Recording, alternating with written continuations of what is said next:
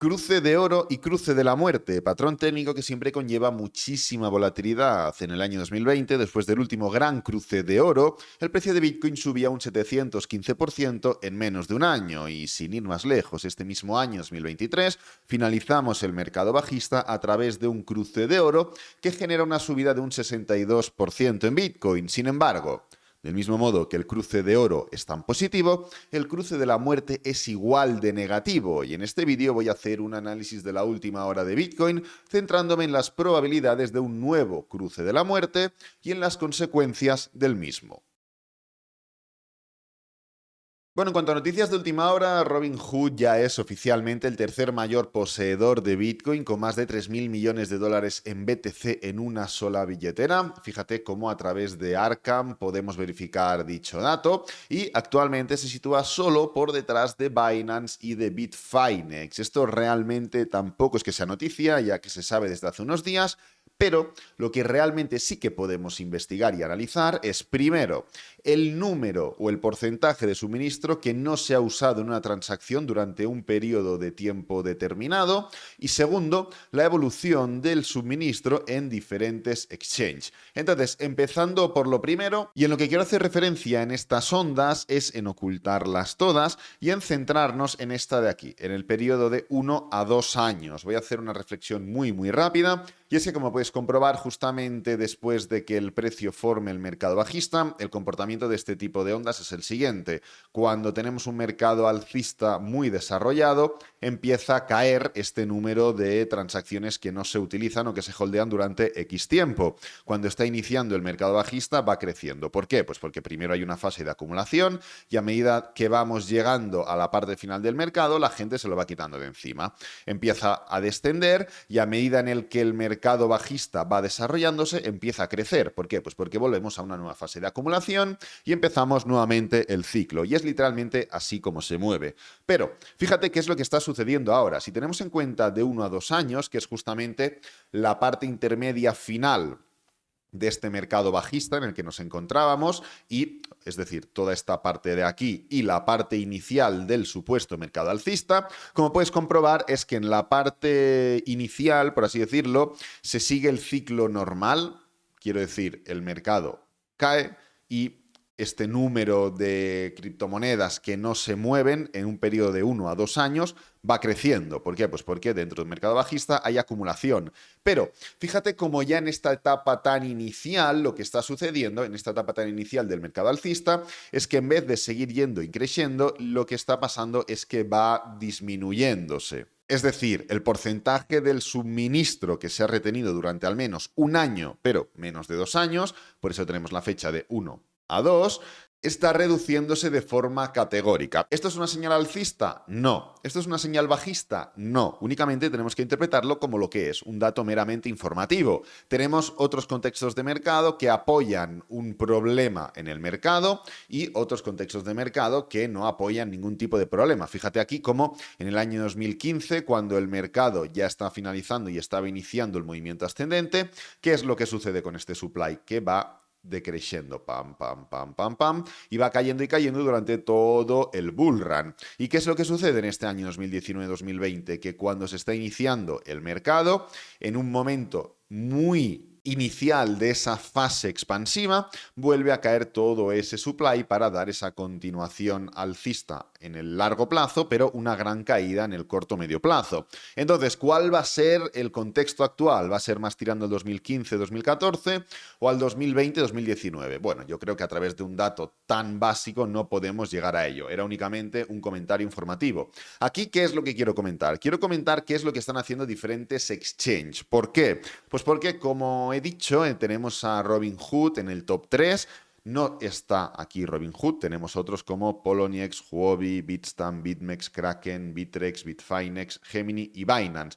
Entonces, lo que quiero hacer es ocultarlos todos y que hagamos un análisis muy rápido de qué es lo que están haciendo realmente los exchanges, porque estamos viendo cómo lo que salta a la palestra, la noticia, es que Robinhood pues ahora se ha situado en tercera posición, pero ¿qué están haciendo los demás exchanges? ¿Es mérito de Robinhood o es demérito de los demás? Bueno, es un poco de todo, ¿no? Vamos a empezar por Poloniex. Como puedes comprobar, tiene una fase de acumulación muy importante y luego todo para abajo. Vamos a ir a por Huobi, 3/4 de lo mismo, una fase de acumulación un poquito más tardía o más progresiva que Poloniex, pero luego nuevamente para abajo. Vamos a ir a por Bitstamp, literalmente lo mismo, todo para abajo. BitMEX, aquí lo tenemos, literalmente lo mismo, para abajo. Kraken, muy plano, muy neutro, es decir, Kraken tuvo una fase de acumulación muy importante, se ha mantenido muy estable durante muchos años y ahora, recientemente, con todo este mercado bajista, fíjate cómo en términos generales los exchanges han estado vendiendo con mucha más antelación,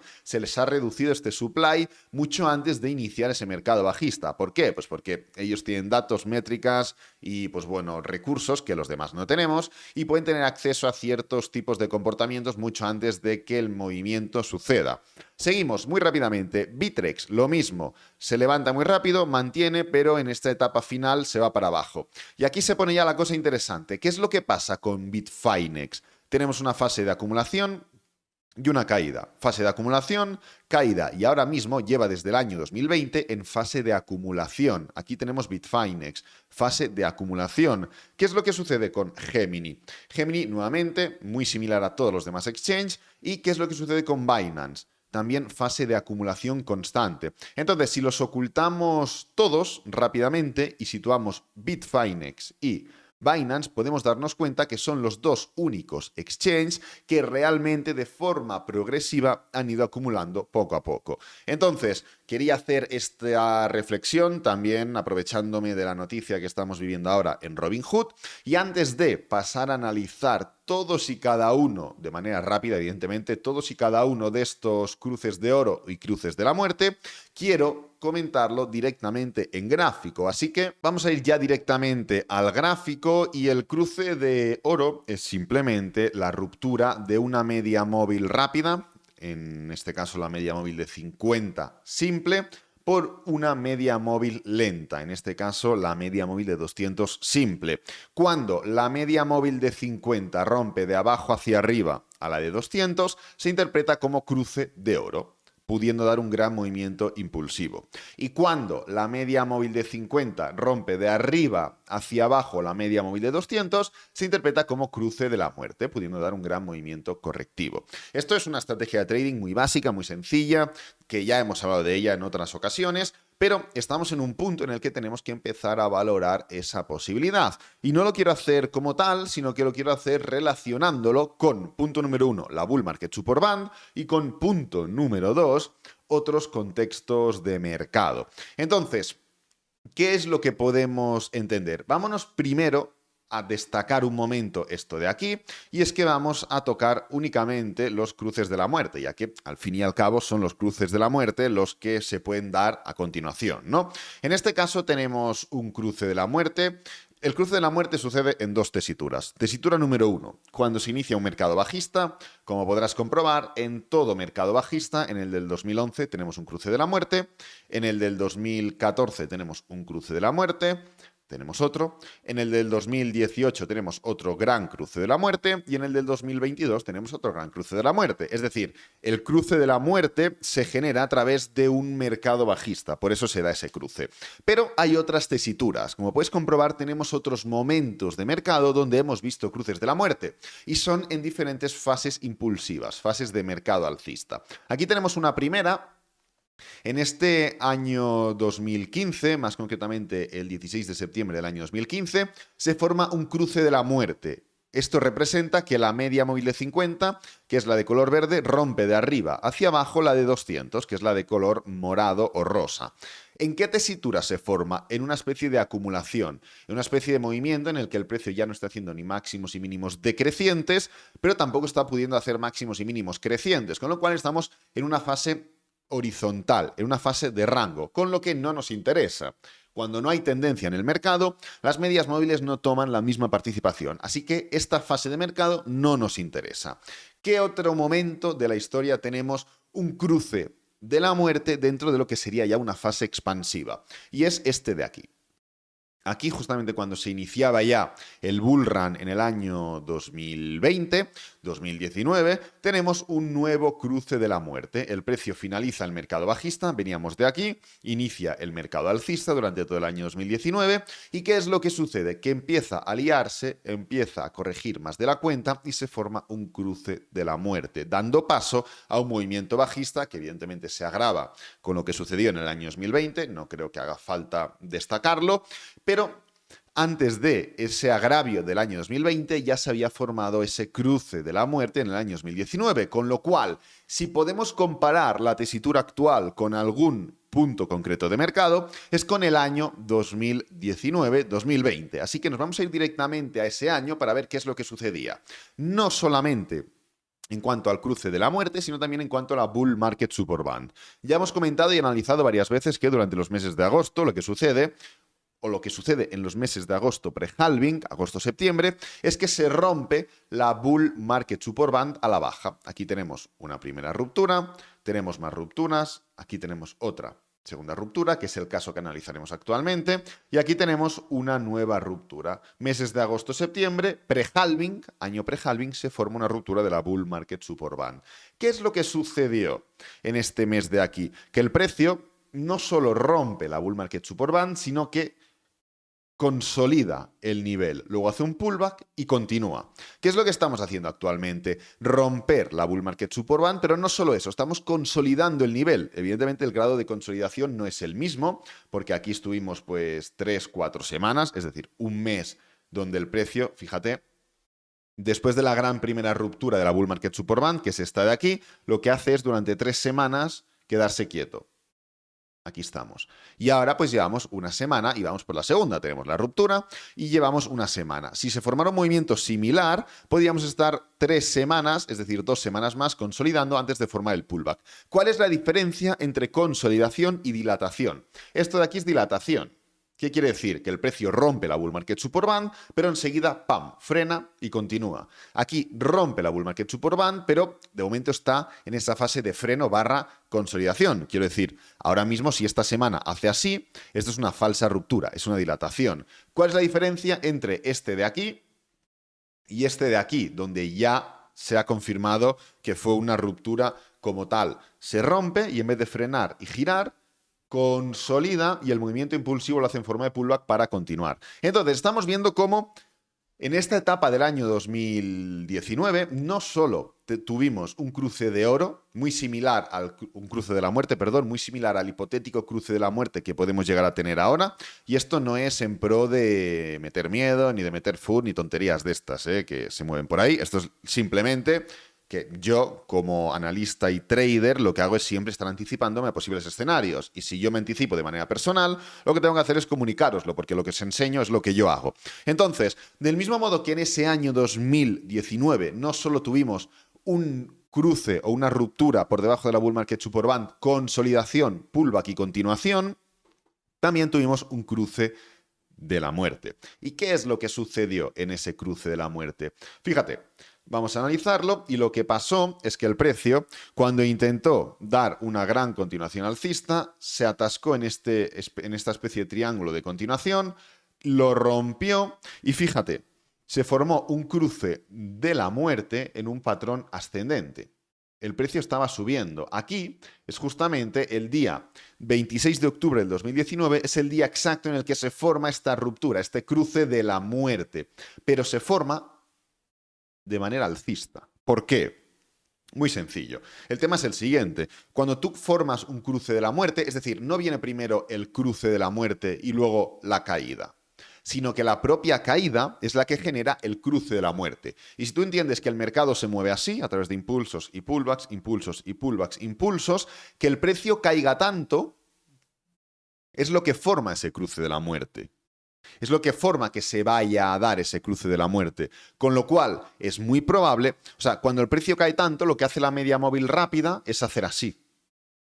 Entonces, es muy normal que el cruce de la muerte, en este caso, se forme en un movimiento ascendente, porque el precio ya ha caído bastante, la media móvil se ha ajustado mucho y luego ¿qué hace? Después del impulso viene el pullback y en este pullback es cuando se forma el cruce de la muerte como tal. Entonces, en la tesitura en la que nos encontramos actualmente ya hemos caído mucho, la media móvil se está acercando cada vez más, no sería raro que pudiéramos hacer algo así. Y que en este movimiento ascendente, ¿qué es lo que pasara? Que se confirmara ese cruce de la muerte.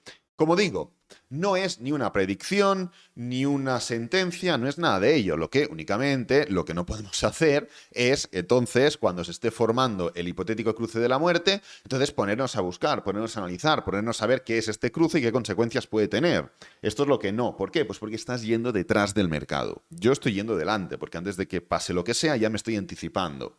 Con lo que es importante entender esto. Del mismo modo que este escenario podría coincidir, y con esto ya vamos terminando, con lo que estamos viendo actualmente en la dominancia. Sabes perfectamente, porque ya lo hemos comentado, que durante los meses de septiembre, siempre, el 100% de las veces, la dominancia cambia el rumbo. Y ahora mismo tenemos una dominancia a la baja. No solo está yendo a la baja, sino que ha testeado la Bull Market Support Band. No solo ha testeado la Bull Market Support Band, sino que además ha roto claramente la media móvil de 100 simple, este nivel de soporte dinámico que estaba manteniendo todos y cada uno de los pullbacks en la dominancia. Pero el tema no es si lo ha roto o no, el tema es cómo lo ha roto. Y en este punto podemos comprobar cómo lo ha roto, sí, pero lo ha roto en forma de cuña, en forma de patrón correctivo. Entonces, podemos esperar caídas durante los próximos días o las próximas 2 semanas, incluso de la dominancia. Podríamos esperarlas. ¿En pro de qué? En pro, punto número 1, de que esto siga cayendo y entremos en el mes de septiembre en un movimiento correctivo previo a un gran movimiento ascendente. Dominancia está cayendo, septiembre sube, dominancia está cayendo, septiembre sube, dominancia está cayendo, septiembre sube, dominancia está cayendo, septiembre sube, dominancia está subiendo, septiembre cae, dominancia está subiendo, septiembre cae. Pues dominancia, como digo, está cayendo, septiembre sube. En pro, punto número 1 de eso, y punto número 2 de un hipotético escenario en el que el precio de Bitcoin y de las criptomonedas pueda haber un desahogo ascendente, un desahogo alcista, que pueda llegar incluso a confirmar ese cruce de la muerte diario, un desahogo en el que lo normal sería que el precio de Bitcoin suba 1 y que el precio de las altcoins suban 2, es decir, que las altcoins se comporten mejor que Bitcoin, con lo cual que la dominancia siga cayendo, que se confirme ese pullback en gráfico diario, se forme el cruce de la muerte y que en ese entonces el movimiento vuelva a la baja, formando que las altcoins caigan más que Bitcoin y con lo cual, entrados ya en el mes de septiembre, la dominancia forme ese gran movimiento ascendente. Entonces, nuevamente, como digo, la intención del vídeo no es ni meter miedo, evidentemente, ya lo sabéis, y tampoco predecir exactamente lo que quiero que pase, lo que creo que va a pasar. Es únicamente plantear un escenario más que lógico, más que evidente, que encaja perfectamente con la tesitura actual que estamos viendo en este mercado y que encajaría también diferentes tuercas, por así decirlo, de diferentes formas de análisis. Únicamente es eso. Lo importante es no ir detrás del mercado, sino que tengamos que ir siempre un paso por delante para poder estar todo el rato anticipándonos a posibles situaciones. Voy a dejar este vídeo por aquí, espero que te haya gustado, que te haya servido, que es lo importante. Si es así, dale me gusta, suscríbete, compártelo con amigos, con la familia y nos vemos en el próximo vídeo. Adiós.